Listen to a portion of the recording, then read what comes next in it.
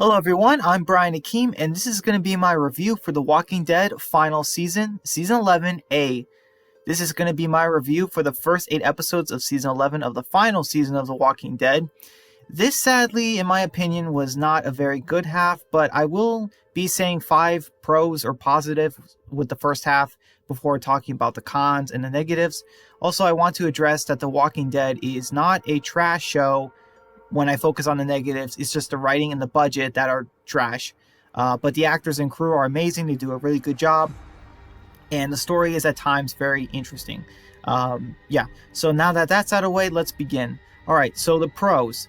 Okay, so for the pros for Season 11, we have the introduction of the Reapers. I was totally scared the first time I saw this back in Episode 2. I mean, ex-military mercenaries in the zombie apocalypse as some sort of purge group. I actually love that idea. I love the concept. It was new, super creepy, and I was like, yes, we're finally going to see some amazing deaths, because Season 10 was like very low with deaths. And, you know, they killed Maggie's people, which was something. And I love the whole mask thing and them only coming out at night. It was a really great concept, and I really enjoyed it. Pro number 2 with Season 11A is the Commonwealth. The Commonwealth, for the first few episodes we actually saw, looked quite good. Didn't really look like they had too much of a budget issue. I liked Mercer, Lance, and Sebastian. I mean, fantastic casting, and they're not even 100% comic accurate. You know what I mean? Which is not necessary because the actors' skills are more important. And I think that's why they picked, those actors for the roles. Sebastian is an annoying Joffrey character. Lance is like this Littlefinger character. Very interesting. And Mercer is a complete beast. You know what I mean? He's massive. He's just, you do not want to mess with him kind of thing. And I loved it. And it's about the time The Walking Dead had a big black character that wasn't lame. Yes, I'm talking about you, Tyrese. Okay, so number 3, we have the kids in the show, the kids in the group, the new generation, and I love the kids this half. I love Judith, Gracie, Herschel, RJ. Despite what little we got from them, I still loved it, and I love the scene where, the kids hang out with each other. The part where Judith gets bullied by that punk Vincent, and then about whole Michonne abandoning her, and then Judith goes kind of full Shane, and I loved it. And then when Judith cries to Rosita about her family being gone, I'm like, I'm glad we got to see that scene because that was so realistic. Because you guys know I hated when AMC tried to make Judith this perfect 10-year-old girl, strong woman character, no flaws or personality. But no, she's a 10-year-old girl who has lost everyone in her life. Rick and Michonne technically did abandon her, sadly. And, Carl died. She lost her birth parents when she was born. And yeah, I felt so bad for her because Judith is so broken. You know that she's going to have abandonment issues when she grows up, and becomes older. And that's going to affect her for the rest of her life, which just adds to her character. So, number 4, we have Negan. So, I found Negan very interesting. I didn't agree with him trying to kill Maggie in the premiere. That was the part where I'm like, okay, Negan can't be redeemed. But everything else with the character, they kind of, Angela Kang kind of pulled a reversal card. So with the character, like him calling Maggie out on her selfishness, recklessness was good. And, him helping her fight against the Reapers and, things like that, kind of showing that he is in a way changed. Made me really love the character. I mean, I'll never forgive him for killing Glenn, obviously, because he was my favorite character. But I like seeing him because Negan felt very real as a character and he's just so interesting. And number 5 is the Connie and Virgil episode, episode 6. Despite the fact that Connie was missing for an entire season and Virgil was, a selfish coward, a psychopath last season with the whole Michonne episode, I'm glad Angela Kang brought them back. And not only that, but she made Virgil so much better of a character. He wasn't selfish. He was selfless. He didn't hurt Connie like he did with Michonne, which I thought he was going to do, because of how they set it up in season 10. And, he didn't do it. And I was shocked that Angela Kang actually took a character I hated, literally one of the worst characters in The Walking Dead, and actually kind of redeemed them in one episode. Like, that is impressive, taking a character that's hated by the fans and making them redeemable in one episode. That I don't think that's ever been done before. I also like the whole savage humans in the haunted house thing because I was so scared. Like, the jump scares, all that, I was legitimately terrified because The Walking Dead hasn't scared me like that in a very long time. Like, I think it's been like 2 years since the Pikes, you know what I mean? Like, that was the last time I felt super scared. And yeah, so great job, Angela King. I will say that. Now, sadly, those are all the pros for season 11A, and now we will get to the cons, and there are a lot of them. Okay, so for the cons, we have the Reapers themselves, the story and, the arc. And okay, so the Reapers, and I'll include Pope here as the leader. The Reapers just got terrible after Daryl got captured by them in episode 4 because they started being horrible fighters. They stopped wearing their masks. They stopped only going out at night. They stopped being silent. When they looked for Maggie and they kept yelling clear in that house. It's just like, come on, that was so stupid. Why did the Reapers stop wearing their masks? Why didn't they give Daryl one? Like, imagine Daryl had like a wolf mask, like this one. I mean, how cool would that have been? Like, does AMC think the fans aren't smart enough to recognize Daryl behind a mask? Because that's insulting. And finally, with the Reapers, like Pope, he was a terrible villain. He sucked. Talking about the character, not the actor, although I don't think that he was the right person, for the role.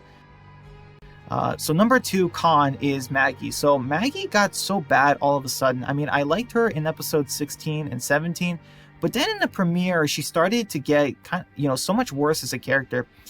She didn't care if Gage died, and then her letting him die was so messed up because they've known each other since he was 9 years old, and that's just despicable of Maggie. Like, I didn't love Gage, you know what I mean?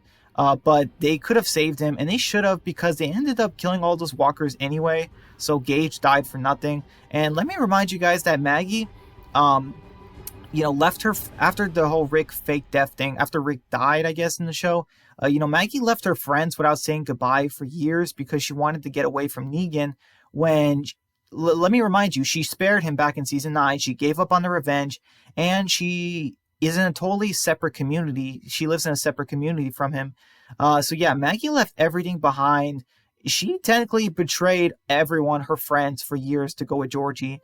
And it was so pointless because Maggie didn't end up helping anyone. She failed Georgie. She failed all these supposed communities she visited and went to. And, so many questions, like, why didn't Maggie ever stop for a visit or, try to form an alliance with Georgie's people and her people? Like, there wasn't anything like that. It just seemed like Maggie was, like, literally broke off ties. And also, I feel like Maggie didn't even come back home to help out or anything. She came back because, she had her tail between her legs. She had nowhere else to go. She lost her community. She had her friends and her son. So, come on, Maggie. I get that. And also, Maggie's Coldness. Maggie kind of mentioned in episode 2 how she was cold because she came across this man, the whole zombie women and babies thing. I think that's what she said or whatever. But that kind of breaks the lore or whatever. But but the thing is, that was Maggie's fault because she left. She put herself and her son in jeopardy out there in the world. So that was her fault. She put herself in that situation. So making others suffer like Gage did because she's damaged is not an excuse. Okay, so number 3 we have, and this is going to be a lot shorter. This one's going to be the poor deaths this season for 11A. Like, the deaths, Agatha, Duncan, Cole, like, basically all of Maggie's, friends that she had in a time skip. We don't really care about them. The loyal to Maggie, for some reason, they act like ride or die friends, but Maggie failed them. You know what I mean? And like Gabriel, I don't understand, like, don't get me wrong, I love Gabriel as a character, but I feel like we really should have had the death of Gabriel in this half. Like, we needed a bigger death than just Maggie's people. Because Gage and Maggie's people is not enough. I mean, this is the final season of The Walking Dead, and nobody moderate dies. Nobody decently important died in this first half, and it's like, from this, like, new threatening group. Like, come on, AMC. So number 4 is missing characters. So characters stay gone for multiple episodes, and characters are fighting for screen time. There's so many characters. Like where is Luke? Where is Scott, Barbara, Jules, Sydney, Oceanside, Marco, Birdie? Like, so many others. Where did all these characters go in Alexandria? Where did they disappear to? Why didn't they go with Maggie to fight off the Reapers?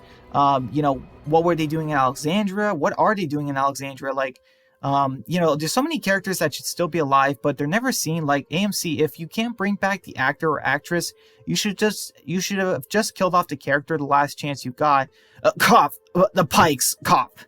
And like, you know what I mean? Like the like Judas Bully, Vincent, that guy, he disappears after that one episode, and it's like AMC, come on, you have the audacity to do one episode characters when Alexandra is like the last community left in the show. You know what I mean? It's like, I don't know, it's just weird. And then number 5 is filler. So there was a lot of filler in this half, like Carol and Magnus' group finding those horses. It was so pointless because they literally eat all of them in like one episode, and it's off screen too.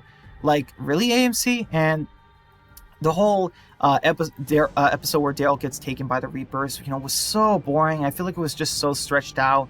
And when the group goes to Hilltop to, find supplies, they don't find anything. They find those Whisperers. And yes, there was that guy named Keith. And he mentioned Connie and all that. But did we really need, a whole episode on that? Like, I felt like they could have added more. And so, yeah, guys, that's going to be it for my review. Please let me know in the comments below if you want to see me do a review for 11B. I'm sadly going to give this a 6.5 out of 10 for this half of The Walking Dead final season. It was really boring and, eye-rolling in the Reaper parts. And some of the other plot lines in Alexandria, felt weak, except for the kid stuff. But the Commonwealth stuff was good. And, some cool concepts like the whole Reaper idea. And the actors are really, doing a great job. So that does help with the show. But yeah, guys, if you like this, please like, share, comment, and subscribe if you like this. And let me know your thoughts in the comments down below. And I will see you all next time. Take care. Bye.